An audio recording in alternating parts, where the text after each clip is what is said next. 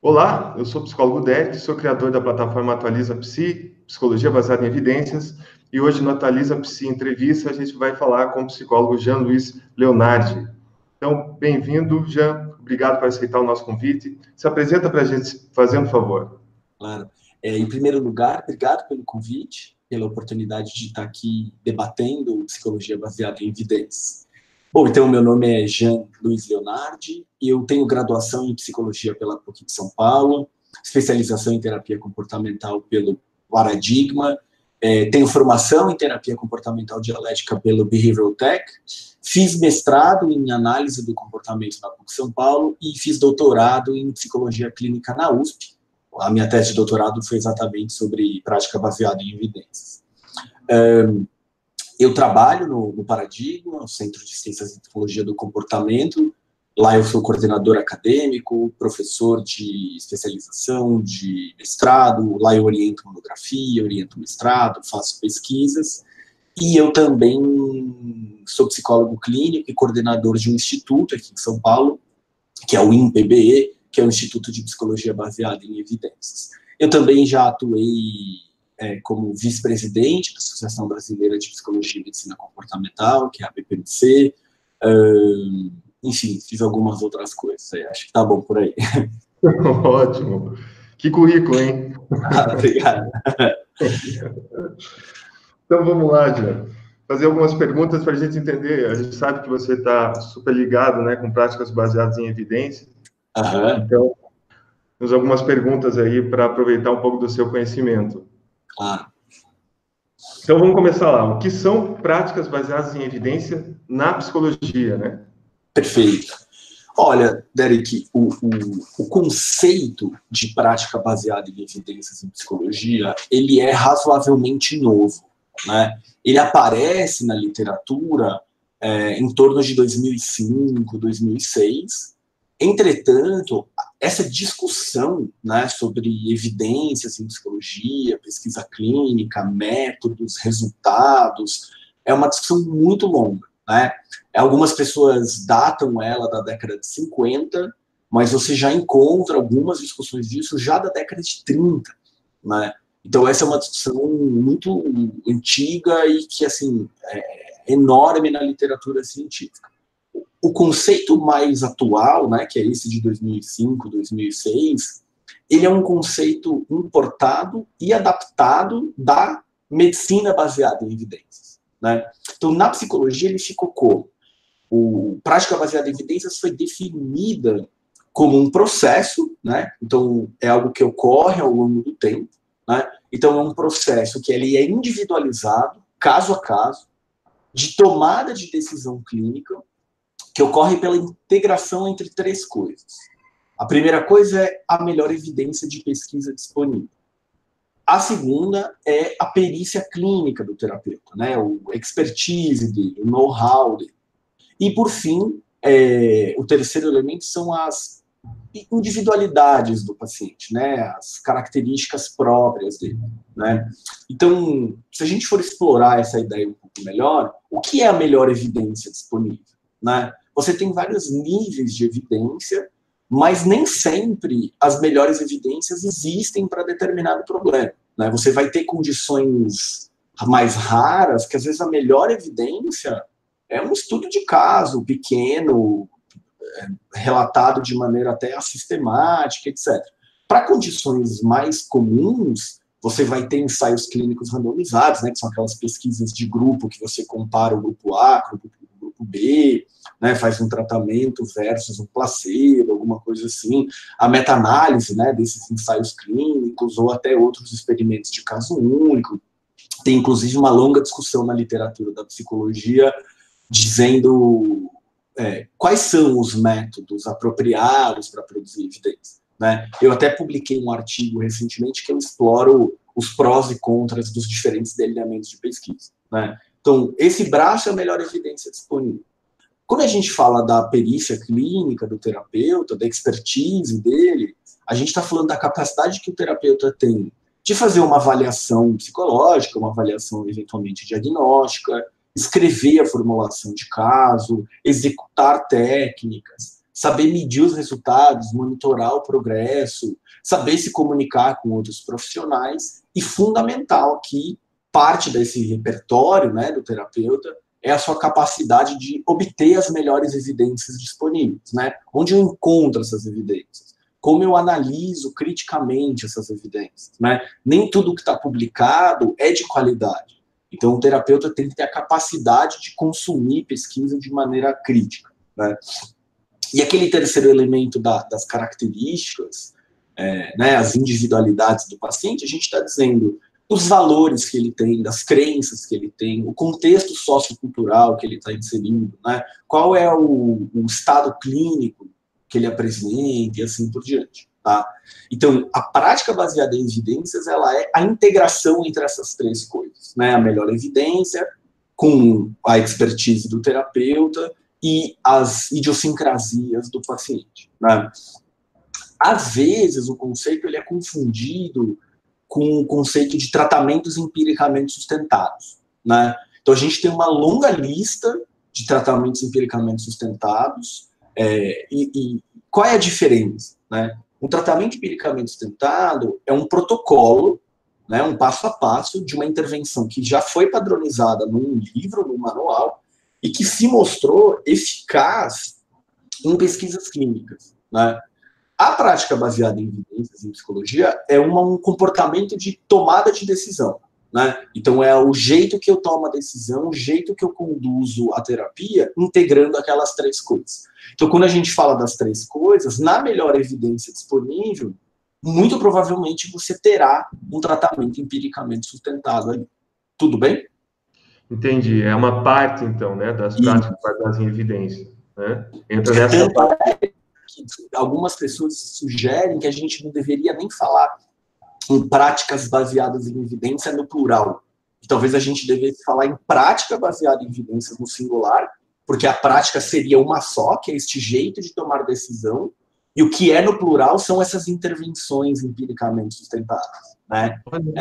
Na literatura se encontra no plural, no singular, mas eu particularmente prefiro esse jeito mais no singular, né? A gente atua de um jeito, é um jeito de atuar, que é integrando essas três coisas, mas eu busco esses tratamentos empiricamente sustentados, que aí é uma longa lista, e aí, claro, que a gente tem que falar no plural. Entendi. Faz todo sentido mesmo, né? Uma prática em si, né? Eu acho que, pelo menos no meu caso, né, eu entendia que práticas baseadas em evidência, eu pensava assim, a DBT, por exemplo, seria uma prática baseada em evidência, né? Ela não é. A DBT seria um tratamento empiricamente sustentado. Entendi. Olha só que diferenciação. Interessante. E aí é isso, né? Porque já que você falou de DBT, né? Para quem não sabe, é a terapia comportamental dialética. Então, por exemplo, né? Por que a gente não pode falar que ela é uma prática baseada em evidência? Vamos supor que eu receba um paciente que tenha transtorno de personalidade borderline, né?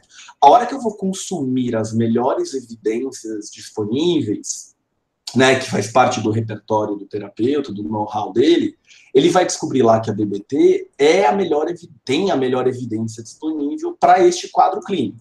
Então, usar esta intervenção empiricamente sustentada para borderline é parte de prática baseada em evidência. Agora, vamos pensar no seguinte caso.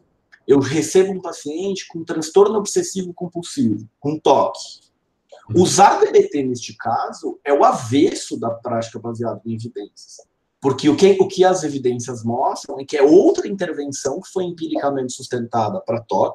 A DBT tem ou zero, ou próximo de zero evidências para TOC, né? Então, ela é uma intervenção empiricamente sustentada para X.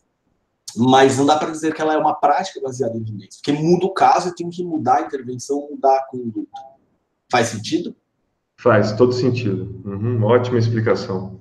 Legal. Muito importante também essa diferenciação, né? Especificamente, porque se você considera um tratamento X, né, como sendo possível para tratar tudo, né, qualquer condição, qualquer quadro clínico, você vai estar longe de uma prática baseada em evidências. Né? Exatamente. Porque é isso, né? Pensa na medicina baseada em evidências. Ninguém vai usar antibiótico para tratar uma inflamação.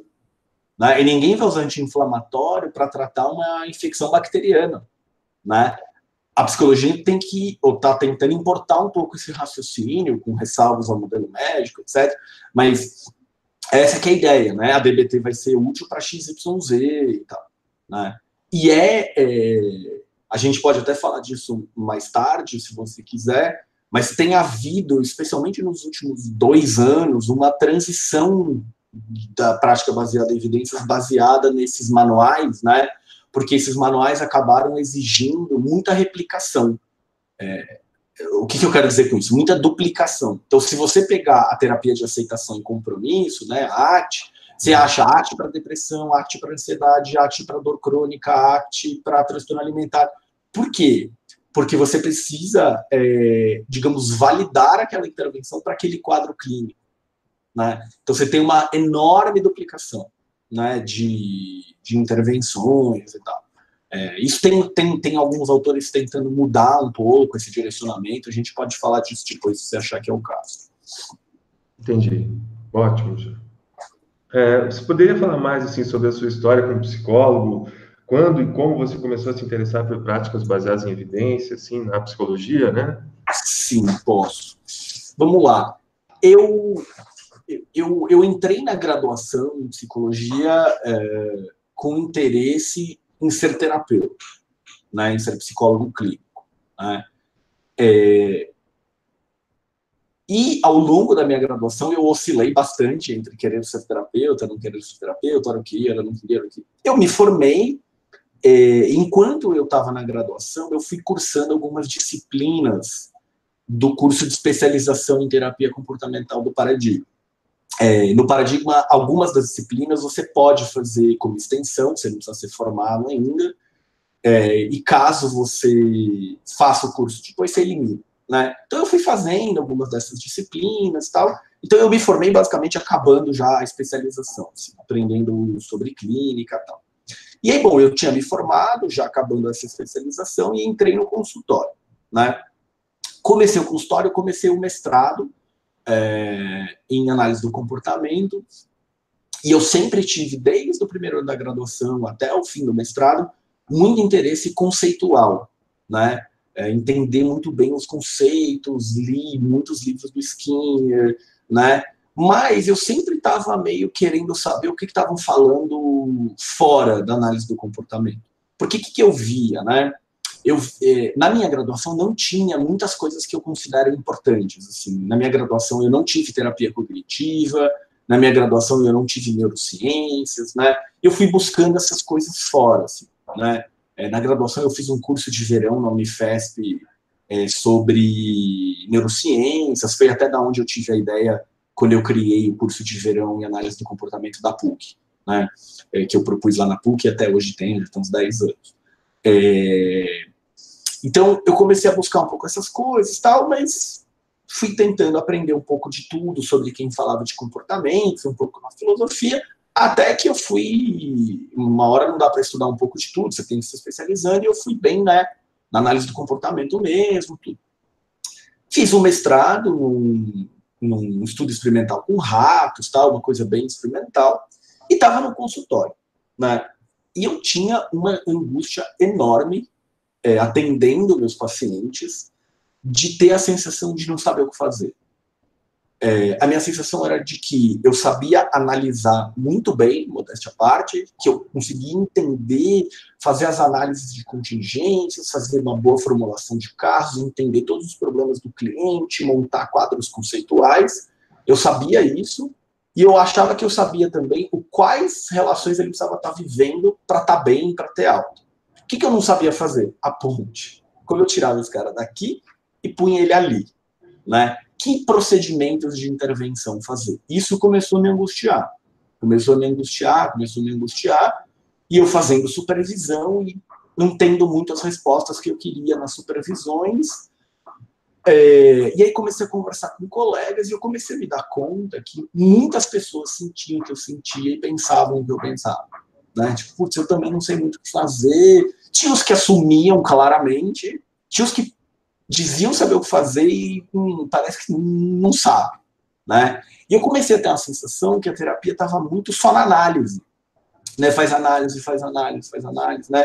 E aí eu comecei a pensar, poxa, mas, né, todas essas ciências aplicadas, né, tipo medicina, odontologia, enfim, você tem uma prática clínica que vem de um conhecimento acumulado, né? Isso é a base da ciência, né? Acúmulo de conhecimento. E aí eu comecei a me perguntar, o que as pessoas fazem, né? Tipo, quando vem um caso de pânico, quando vem um caso de toque, quando vem um caso sem diagnóstico nenhum e a queixa é existencial, etc. Eu comecei a procurar na literatura de terapia comportamental e comecei a não encontrar as respostas, né? E essa angústia foi aumentando e até que eu considerei fechar o consultório. Eu falei, eu vou fechar o consultório, o que eu estou fazendo não é legal, eu acho que eu estou enganando as pessoas, eu acho que eu não presto um serviço de qualidade. E comecei a ter um dilema muito forte, assim, um dilema ético com isso. E aí eu comecei a falar, tá bom, comecei a estudar, eu nem lembro muito bem qual foi o processo, como eu cheguei na literatura, assim, para ser sincero. E aí eu comecei a ver que, poxa, peraí, existem pesquisas que sugerem procedimentos do que fazer num caso de depressão, existem procedimentos que sugerem, né, que o que fazer num caso de dor crônica, o que fazer num caso de toque, num caso de borderline, assim por diante, né? E aí, estudando isso, eu cheguei na psicologia baseada em evidência, né? E aí que isso culminou em eu ir fazer meu doutorado, né? Na psicologia baseada em evidências, e, enfim, e falar, bom, é isso que eu quero fazer, eu quero entender tudo isso aqui muito melhor do que eu estou entendendo. Entendi. Isso foi, então, entre o seu mestrado e o doutorado, isso? Isso. Na verdade, toda essa angústia e essa busca por literatura foi ao longo do mestrado. Eu estava fazendo o mestrado, mas eu estava trabalhando no consultório, né, com poucos pacientes, começando, fazendo supervisão. Eu acho que quando eu estava acabando o mestrado, eu estava descobrindo que existia esse universo, sabe? Entendi. Então, você acabou de citar, né, o seu doutorado. Você fez uma pesquisa que chamou bastante atenção no meio acadêmico da psicologia, especialmente entre os analistas do comportamento, né?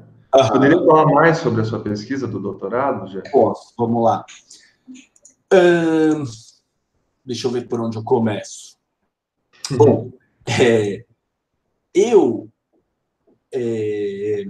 nesse processo de buscar literatura, né, eu estava buscando a literatura do que é chamado terapia analítico-comportamental, né, que nesse momento da minha carreira eu ainda não tinha clareza de que era um modelo desenvolvido no Brasil, com características próprias do Brasil.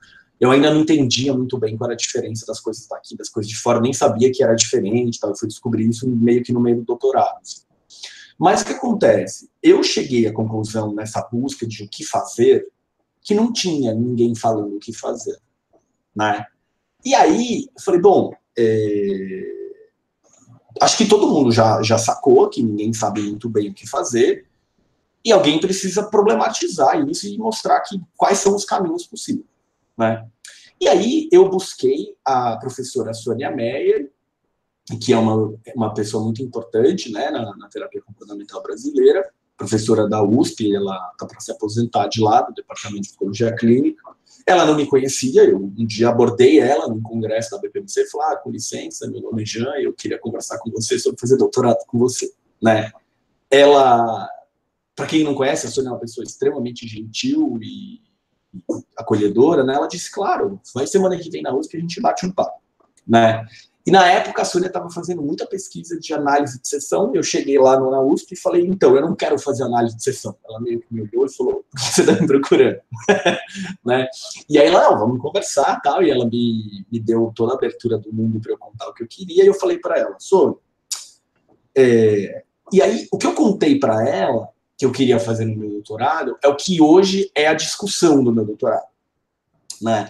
A discussão do meu doutorado basicamente é explorar os limites dos dados que a gente tem no Brasil, dessa terapia analítica comportamental, de que não tem evidências, e apontar caminhos futuros de o que alguém que quer trabalhar com prática baseada em evidências e é um analista do comportamento poderia fazer, né? E a Sônia falou, pô, eu achei tudo isso muito interessante, mas eu acho que as pessoas... Então, a minha tese era para ser só isso, né? Na minha cabeça, assim. Ela falou, mas eu acho que as pessoas não têm clareza de que não tem dados sólidos, né? De que a terapia não tem essas evidências, né? Aí eu falei, não, ela falou, não, você vai ter que mostrar isso, né? Eu falei, putz, tá bom, né? Então vamos fazer um trabalho de revisão que mostre isso e que complemente com essa discussão, né? Foi um pouco o que a Sônia me orientou ali. Então, no fim, o meu doutorado, ele foi o quê? Né? Ele teve como objetivo identificar, organizar, avaliar essa produção de evidências da eficácia da terapia analítica comportamental, e eu incluí também da psicoterapia analítica funcional, né, da FAP.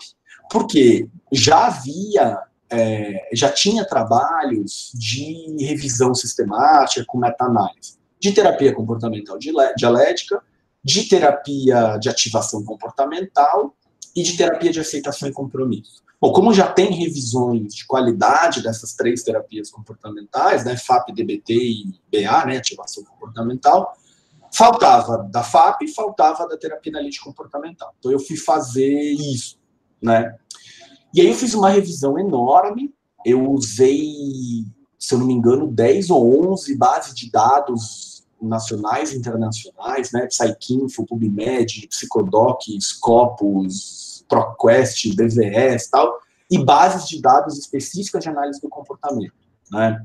Então, usei sobre comportamento e cognição, todas as teses e dissertações que tem programas de análise do comportamento no Brasil e tal, né? E aí eu queria, então, bem com cara de terapia, assim, né? Então tinha que ser em ambiente de consultório, com pessoas maiores de 18 anos, assim por diante, né? E aí, os dados que eu cheguei, eles foram bastante chocantes, assim, né? A primeira coisa é que toda a produção de terapia comportamental no Brasil se resumia a relatos de caso, muito breves, assim, 38 relatos de caso e 6 experimentos de caso único, né? Nenhum trabalho grande de ensaio clínico randomizado, nada disso, né? E aí, o que me chamou bastante atenção? Primeiro, o número baixo de estudos, né? São só relatos de caso, e aqueles relatos de caso bem breves, bem genéricos, tal. Então, o primeiro problemão, né? A grande maioria dos procedimentos, a grande maioria dos estudos, quase 100% deles, não descreveu os procedimentos de intervenção que o terapeuta empregou de forma que alguém, um outro terapeuta, né, um leitor treinado, conseguisse replicar, né? Então estava escrito lá, a intervenção que eu fiz foi um treino de habilidades sociais. Tá, como é que você treina isso? Qual é as etapas, né? Habilidades sociais são muitas coisas, né? A habilidade social é olhar no olho na hora de olhar no olho, mas se você ficar olhando assim fixadamente para a pessoa sem parar, também não é habilidade social, né? É saber falar na hora de falar, é saber ficar quieto na hora de ficar quieto, né?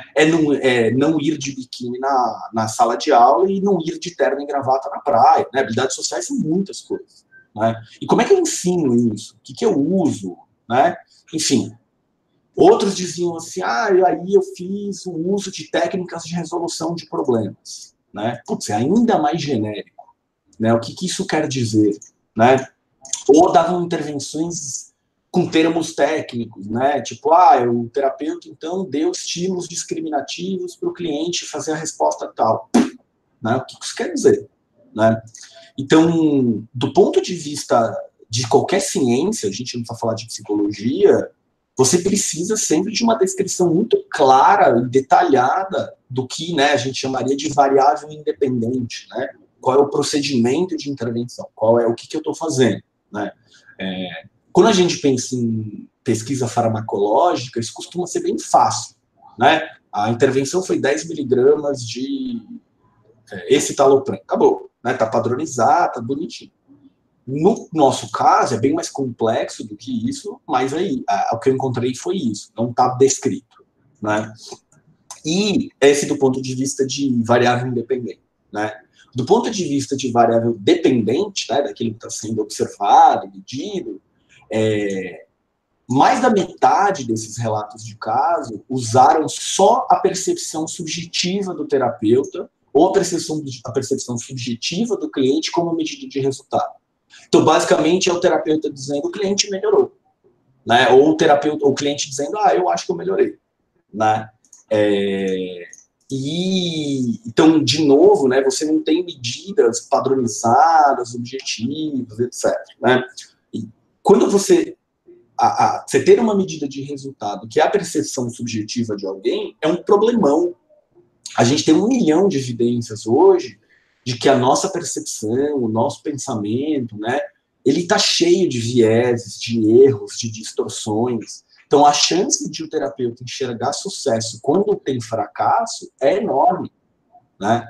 Eu vou até abrir um parênteses aqui. Tem uma pesquisa da equipe do Michael Lambert, que é o cara que desenvolveu o Outcome Questionnaire, né, o OK45. Eles usam esse instrumento, que é uma medida padronizada de autorrelato, para prever piora. E eles usam a percepção do terapeuta sem esse instrumento, terapeutas experientes com esse instrumento, sem usar esse instrumento, né? E a pergunta é, quantos destes clientes vão piorar? Né? E a gente está falando de uma pesquisa com 450 pacientes, 40 terapeutas, não é uma pesquisinha, né? Bem representativa e tal. O instrumento padronizado, que tem um algoritmo, na verdade, o software dele, identificou 85% corretamente. Se eu não me engano, 85%, 90%. É um número bem alto, assim, né? Então ele acertou, esse paciente vai piorar. E o paciente piora. Os terapeutas acertaram 0,01%. Foi um caso de 40 e tralala, né? Então a nossa percepção não serve para nada, assim, de maneira bruta, né? Então o que a gente tem, né? O que eu encontrei? Que os procedimentos de intervenção na nossa terapia são vários, né?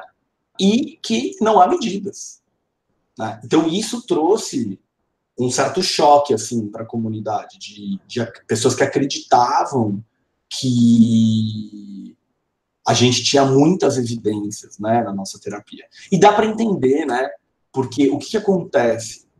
A prática da terapia comportamental, especialmente essa brasileira, ela é baseada em princípios, né, teórico-conceituais que têm milhões de evidências, né, princípios que foram validados empiricamente no consultório, né? Então, desculpa, no consultório não, milhões de evidências que foram validadas, de novo, os princípios teórico-conceituais da terapia comportamental foram validados no laboratório, né? Ninguém tem dúvida de que tem evidências de que existe reforçamento. Isso é indiscutível, as evidências são infinitas. O que não tem evidências é que transpor isso, seja lá de qual forma funciona, porque não está descrito como fazer isso, né? Então, isso foi o que eu encontrei no meu doutorado, né? Isso se aplicou para a FAP também, embora hoje já tenha pesquisas mais, né, tem um trabalho de revisão mais recente, publicado lá fora, bem já atualizado, então está bem legal, assim, sobre a FAP, e de fato a FAP continua sem evidências, né? Uma coisa que eu acho legal contar é que 2 trabalhos meio que derivaram do meu doutorado, 3, na verdade, um está em andamento, um mestrado lá na Federal do Maranhão, com a orientação da professora Nazaré Costa, mas teve um mestrado aqui na USP, da Gabriela Santos, que ela basicamente replicou a minha análise, só que em introduções desses textos, né? Eu analisei os procedimentos, os resultados, ela olhou para as introduções, né? E ela encontrou resultados bem parecidos, né? De que as coisas não são bem descritas, não são bem definidas, assim por diante. E eu tive uma aluna de monografia no Paradigma, a Maíra Toscano. Esse, inclusive, é um artigo que a gente submeteu, está no Prelo, em avaliação de parecerista. O que ela fez? Ela pegou esses casos que eu analisei no meu doutorado, e ela olhou para as análises funcionais desses casos. Né? Então, como está sendo feita a análise funcional, né? E aí ela fez uma categorização super complexa, super interessante, e o que ela descobriu, né? Nenhuma homogeneidade em como fazer análise funcional e erros conceituais, né? Então, por exemplo, ela descobre lá que no antecedente tem gente que coloca a resposta, tem gente que coloca coisas que não poderiam estar. No elemento resposta, tem pessoas que colocam respondentes, tem pessoas que misturam com emoções, tal, né? No elemento consequência, que você devia ter estímulos, você tem várias pessoas que põem respostas. Então, digamos, a grande ferramenta dessa terapia analítica comportamental, que é a análise funcional, também está sendo feita de maneira imprecisa, né? Também tem confusão conceitual. Então, basicamente, é isso, assim, né, do doutorado e dos desdobramentos, né, por enquanto. Que resultados, hein, Jean? Olha só. Chocantes, né? Chocante. Não é à toa, né, que teu trabalho chamou tanta atenção, assim, né? É muito interessante você ter comentado tudo isso, que mesmo esse processo específico, que é a análise funcional, então, né, tem grandes dificuldades aí na hora de fazer pesquisa, né? Então, a terapia analítica comportamental brasileira acaba não podendo ser considerada um tipo de tratamento empiricamente validado, isso? Não pode, exatamente. E aí, né, é interessante, é exatamente isso que você disse, não pode ser considerado, e isso motivou essa descoberta, ou para algumas pessoas nem foi uma descoberta, algumas pessoas meio que já sabiam isso, né, o que eu fiz foi acabar organizando e tal, isso acabou motivando a criação da Rede TAC, né, que o Denis Zamiliani, né, que aqui do Paradigma é um dos que não, quem encabeçou, né, a criação da Rede TAC. O Denis era uma dessas pessoas que já tinha bastante clareza da situação das evidências da terapia analítica comportamental, era alguém que já vinha alertando a comunidade para isso, né? Ele estava na minha banca, né, de doutor de defesa, de doutorado, e aí ele criou a Rede TAC, que é a rede de colaboração interinstitucional para pesquisa e desenvolvimento das terapias analítico-comportamentais, né? Então, ele está encabeçando e liderando um grupo muito grande de pessoas que visam, então, descrever os procedimentos de intervenção utilizados no TAC, que visa ter medidas de qualidade dos resultados obtidos, ter alguma padronização, e é um pessoal que tem se engajado nisso, né? E aí, claro que isso vai dar uma discussão posteriormente de quais são as semelhanças e diferenças entre a terapia analítica comportamental e outras terapias comportamentais, né? Porque o que aconteceu no Brasil é que você já tinha essas pessoas fazendo terapia, e aí na década de 90 começaram a descobrir a FAP, e começaram a colocar um pouquinho de FAP no que fazia. E aí, lá para os anos, acho que 2000, mais ou menos, eu não lembro muito bem quando foi, começaram a colocar um pouquinho de coisas da ACT, né?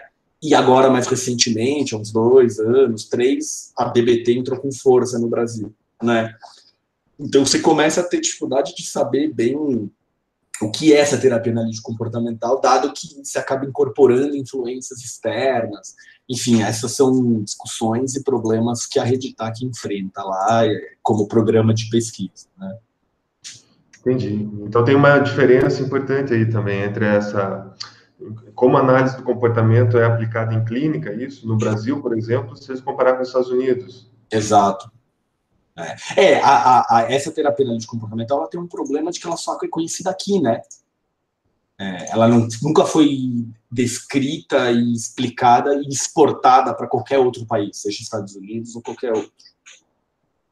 Olha só, é um caso específico mesmo, né? É um caso bem específico.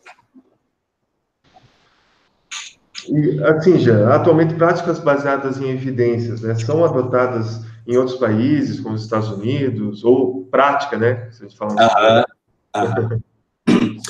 Então, sim e não, assim, né? Eu não sei te falar de muitos países, eu não estou por dentro de muitos lugares. Nos Estados Unidos existe todo um movimento, né, em direção a isso. Muita gente faz assim, mas muita gente não faz prática baseada em evidência, né? Então, ainda é bem misto, né?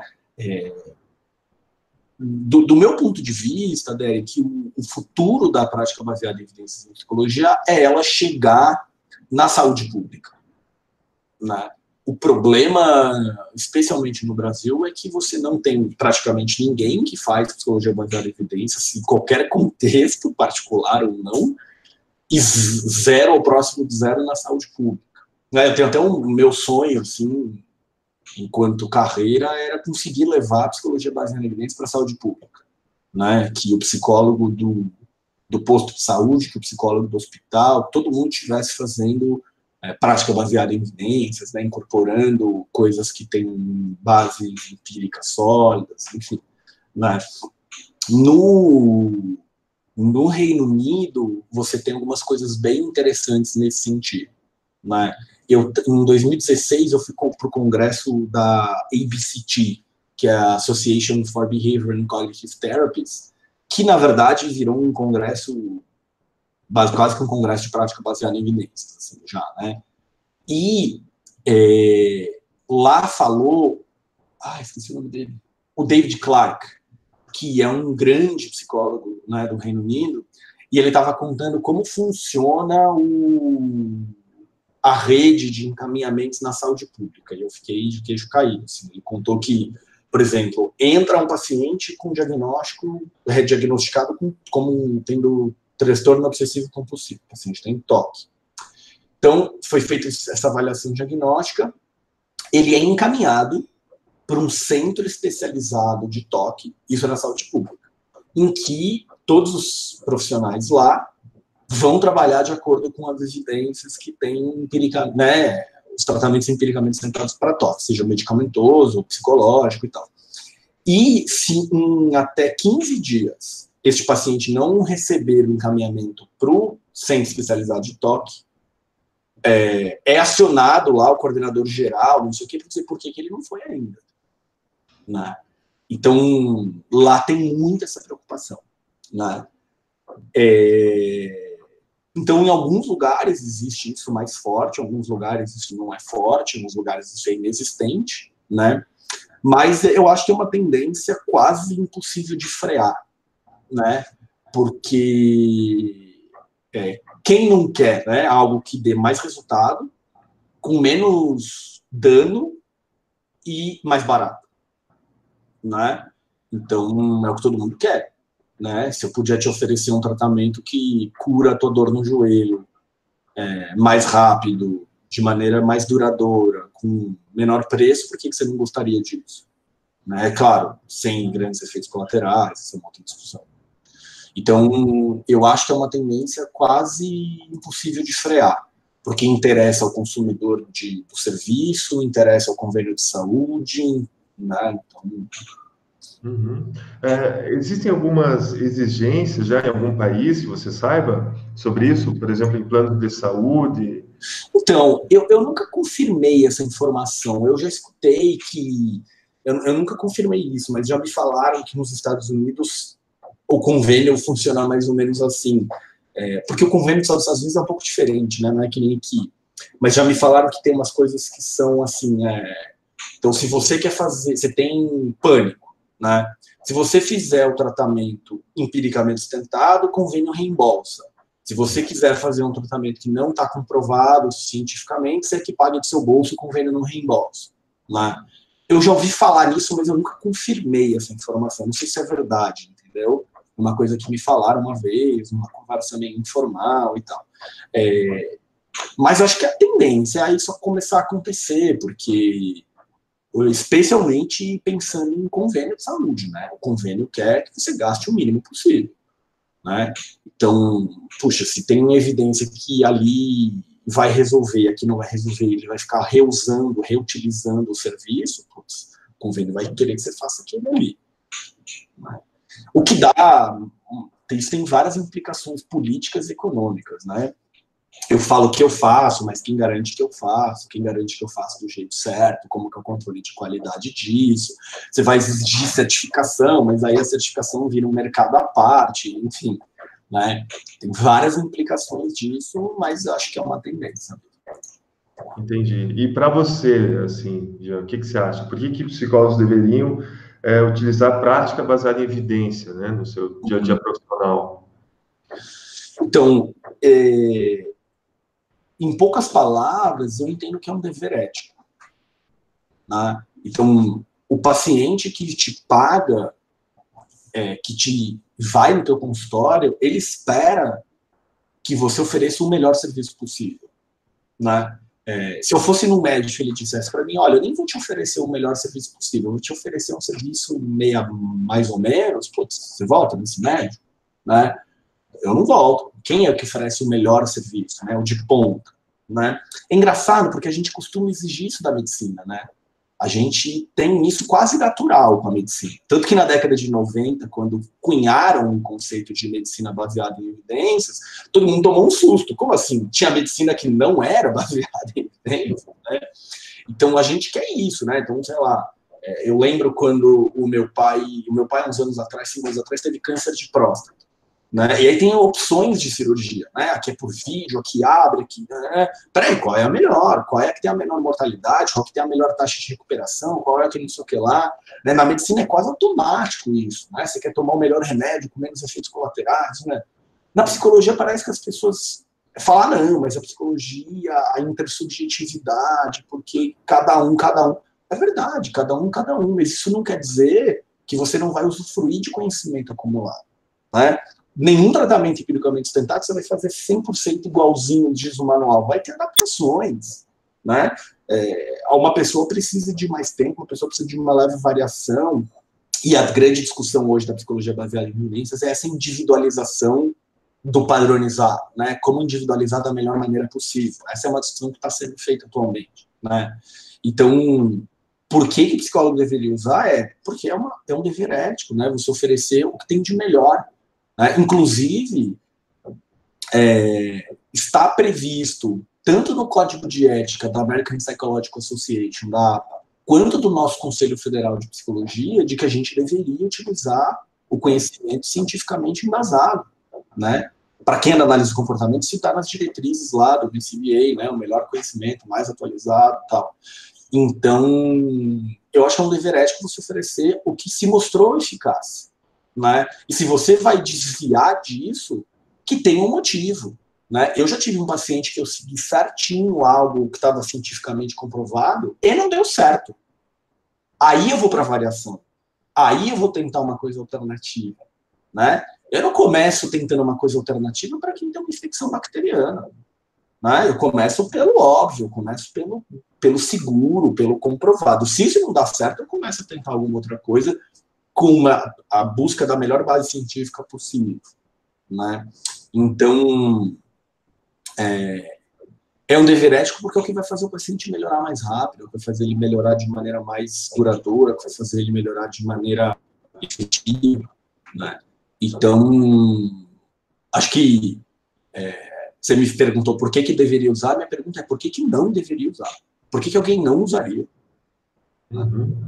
E muito importante isso que você falou também, né? Porque prática baseada em evidência não é simplesmente você pegar um tratamento empiricamente validado e aplicar, né? É aqueles 3 pontos que você citou no início, né? Exato. Então, você vai levar em conta as características, né? Por exemplo, do cliente, do paciente. Né? Com certeza. Inclusive, existem várias diretrizes, né? Porque, sei lá, tem que ter adaptação cultural. Não é. As pessoas, quando a gente fala em manual, em padronização, as pessoas se assustam achando que é receita de bolo. Né? Putz, e não é. Você tem uma receita, mas você nunca segue a receita 100%, porque você precisa considerar o indivíduo que está ali. Né? As suas vontades, as suas preferências, os seus valores, assim por diante. Né? Então, quando a gente pensa naqueles 3 elementos que você deve integrar da prática baseada em evidências, né? A melhor evidência disponível, o expertise do terapeuta e as características do cliente, Se você ignora uma dessas três coisas, você não está fazendo prática baseada em evidência. Né? Vamos supor que a melhor evidência para o problema do cliente é X. E ele diz, putz, esse tratamento eu não quero fazer. Você tentar enfiar a goela abaixo a despeito do que ele quer, você não está fazendo prática baseada em evidência. Né? Uhum. Né? Então, mesmo os manuais, eles sempre dão uma margem de adaptação. Tá? Nos últimos 2, 3 anos é como individualizar, como deixar o mais preciso possível, sabe? Tem uma metáfora que eu gosto, que é a do alfaiate, né? Imagina que você precisa fazer um terno, né? Bom, você tem 2 jeitos de fazer um terno, né? Vamos pensar assim. Um jeito eu faço todos os ternos iguaizinhos, né? E você que se vire para caber no meu terno, sabe? Então é o extremo da padronização. Seria eu seguir o manual assim, na analogia, né? Eu faço o terno e você tem que caber no terno. Ah, mas putz, eu tenho um ombro um pouquinho mais largo, eu tenho uma barriguinha, ou minhas costas, não sei o quê, eu tenho a perna um pouco mais comprida. O problema é teu, né? O terno é este, você tem que pôr este terno, não importa como ele vai ficar. Isso seria seguir um tratamento medicamento dentário de maneira cega, né, se ignorando a pessoa. Agora, qual que é a minha sensação da psicologia? A sensação que eu tenho da psicologia clínica é assim, eu tenho que fazer um terno para você. Eu compro um pedaço de tecido e começo a tentar. Eu não vou ler um tutorial de como constrói um terno, eu não vou perguntar para um alfaiate, né? Eu vou simplesmente começar a fazer o terno, que seja o que Deus quiser, eu vou terminar com um pedaço de tecido que não faz sentido nenhum. Qual que é a prática baseada em evidências? É eu saber construir um terno padronizado. Chega o Derek e fala, eu quero um terno. Ótimo. Eu sei como construir ternos. Deixa eu ver o tamanho dos seus ombros. Você gosta de um terno que a calça um pouquinho mais comprida? Você prefere a calça um pouquinho mais curta? Como é que você gosta, assim, né? Um tecido que é mais quente, um tecido que é mais refrescante. Como é que você gosta? Eu vou pegar o conhecimento que eu tenho de fazer ternos e vou adaptar para você. Essa é uma boa prática baseada em evidência, sabe? Agora, ficar na improvisação, o cliente chega, eu fico fazendo análise, eu falo o que eu acho, isso é avesso à ciência. Né? Então, um pouco por aí. Uhum. E para a sociedade, Jean, o que você acha? Que impactos, além dos que você já falou um pouco, né? Que impacto mais você acha que teria para a sociedade se mais psicólogos adotassem prática baseada em evidência no Brasil? Bom, eu acho que você teria pessoas se recuperando de problemas de saúde mental de maneira mais rápida, gastando menos dinheiro e mais felizes. Né? Do ponto de vista de saúde pública, seria uma economia enorme de dinheiro. Né? Do ponto de vista dos indivíduos, seria menos sofrimento. Uhum. Então, não é pouca coisa, né? Não é pouca coisa. Não é nem um pouquinho pouca coisa. E o que você acha, Jean? Os psicólogos têm saído da faculdade preparados para adotar a prática baseada em evidências? Não. Não mesmo. Infelizmente, esse assunto sequer é mencionado, né, na faculdade. Assim. Eu não vi isso na graduação, eu não vi isso na especialização, eu não vi isso no mestrado, né? Então, dificilmente, assim, acho que as pessoas não sabem nem direito o que isso significa. Assim. Por exemplo, né, no paradigma, a gente tem falado um pouco disso, né? Toda vez que eu dou aula de história da terapia comportamental lá, né? Então eu sempre falo da prática baseada em evidências, do que isso é importante, do status da terapia analítica comportamental, como que a gente tem que ir para o futuro e tal, né? E é interessante essa tua pergunta, porque eu já dei pelo Brasil muitos cursos de história da prática baseada em evidências, o que não é, como é que faz, tal. Sempre tem alguém que me aborda no final da palestra e fala assim, eu estou inconformado que eu nunca vi isso antes, como que ninguém me ensinou isso na faculdade, tinha que ter uma disciplina disso, etc. Né? Então, eu acho que é uma coisa que os psicólogos querem aprender, não todos, né, mas uma parte quer aprender, sabe da utilidade, sabe da diferença que isso faria no trabalho, mas infelizmente ainda é muito pouco disponível, muito pouco falado, né? Mas eu acho que é uma coisa que tem avançado. Recentemente eu recebi um e-mail, eu acho que não é na psicologia, mas eu recebi um e-mail de uma pessoa que está consultando vários especialistas em prática baseada em evidências, em psicologia, em fonoaudiologia, em odontologia, fazendo várias perguntas sobre o que deveria ter numa disciplina de prática baseada em evidências em saúde, né? Então, eu acho que alguém que está criando alguma disciplina de pós ou de graduação, que está querendo ajuda para pensar um pouco em coletivamente o que deveria ter, não deveria ter. Então, são iniciativas como essa que são bem legais, assim, né? E as pessoas começaram a falar mais disso, né? Então, né, o Atualiza Psi, né? O nome completo dele, como é que é? Atualiza Psi, Psicologia Baseada em Evidências. Então já é alguém que diz, eu quero fazer isso, né? Estamos tentando fazer isso. O meu instituto é a mesma coisa, né? O Instituto de Psicologia Baseada em Evidências, né? No Rio Grande do Sul tem um instituto que chama Instituto do Comportamento, Psicologia Baseada em Evidências. Né? Isso começa a aparecer mais, assim, pessoas que falam, eu quero fazer isso, eu vou me esforçar para fazer isso. Né? Então, isso, do meu ponto de vista, é extremamente saudável. Isso exige alguma flexibilidade nossa, porque a gente aprende a pensar, ou eu sou skinneriano, ou eu sou cognitivista, ou eu sou psicanalista, né? E a prática baseada em evidências vem desconstruir um pouco. Né? É claro que você precisa ter uma visão de mundo, uma visão filosófica, uma concepção de ser humano, tudo isso é verdade, né? Mas isso te obriga a olhar um pouco para o lado e adotar procedimentos que talvez não tenham sido desenvolvidos na tua tradição, na tua escola de pensamento, né? Para o bem do paciente, né? Para o bem-estar dele. Exatamente, um ponto também fundamental, né? Porque na psicologia isso é muito comum, né? Ter essas linhas, né? E aí cada um vai escolhendo e talvez isso também acabe levando, né? Muitas vezes quem se identifica como analista do comportamento tem o termo lá cognitivo, cognitivista, já deixa de lado, né? Já ignora.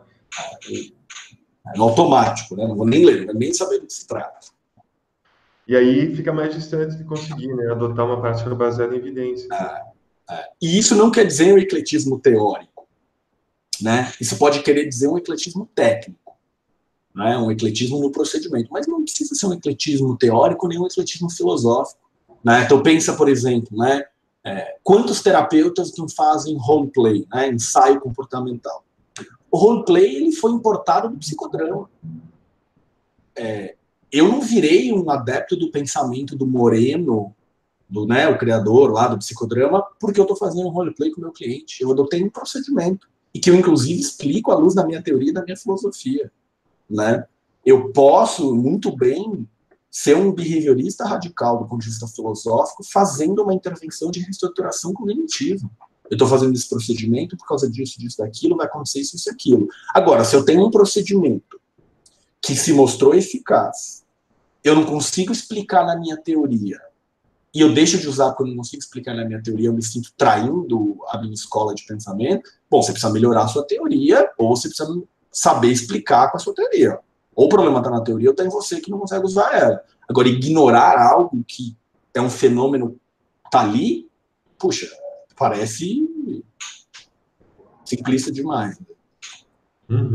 É uma reflexão cada vez mais necessária, né? Assim, talvez até nas faculdades já, né? Você tem algum palpite do porquê que isso não tem acontecido? Essas práticas não têm sido ensinadas, né, nas faculdades de psicologia? O que você acha?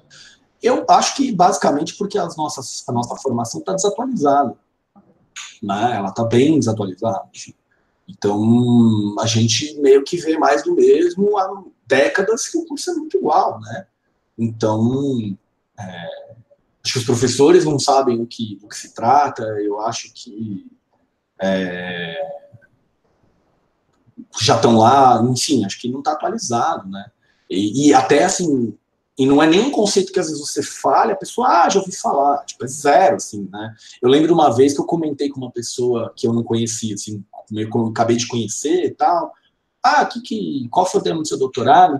Eu falei, prática baseada em evidências. A pessoa falou, prática baseada em evidências? Tipo, cartomante? O que isso tem a ver com psicologia? Eu falei, não é evidência, é evidência. Tipo, né? Se eu falar para você a frase agora, prática baseada em evidências, você vai ouvir evidências, porque você já está acostumado com o conceito. Né? Então, putz, a pessoa nunca ouviu falar do conceito. Né? Então, é difícil o aluno aprender quando nenhum professor sabe. Né? Então, é uma questão de atualização mesmo, da formação, de currículo. Uhum. Beleza. Ótimo. Você tem mais alguma coisa que você acha interessante falar, já? Para quem está assistindo a gente? Olha, o que eu sugeriria, assim, putz, vamos estudar isso. Assim. Acho que é muito recompensador. Eu acho que a prática baseada em psicologia é uma coisa que precisa ser espalhada. É uma coisa que quanto mais pessoas estiverem fazendo, melhor, né, para a sociedade, para quem paga, para quem consome na saúde pública. Né? Então, quanto mais gente envolvida com psicologia baseada em evidência, melhor. Né? Então, aqui é o tema que não é hora de fazer concorrência ou de querer brigar por status. Aqui é hora de espalhar.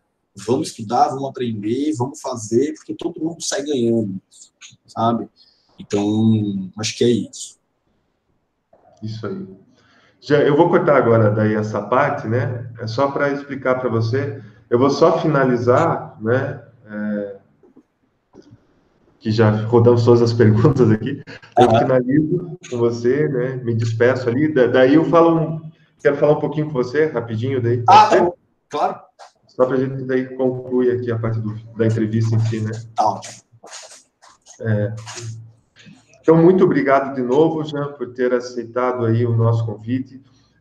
Foi uma ótima entrevista. Eu acho que você conseguiu responder muito bem as perguntas que a gente bolou aqui para você e deu para aprender mais sobre prática baseada em evidência. Você tem muito conhecimento, eu acho, sobre essa área e que bom que a gente tem profissionais como você no Brasil, que são fundamentais, eu acho, para que a gente possa estar cada vez mais nesse sentido e talvez um dia a maioria dos psicólogos brasileiros, né, poderem aí adotar prática baseada em evidências. Tomara, obrigado. Muito obrigado mesmo. Obrigado pela gentileza. Grande abraço, tá? Valeu. Até mais.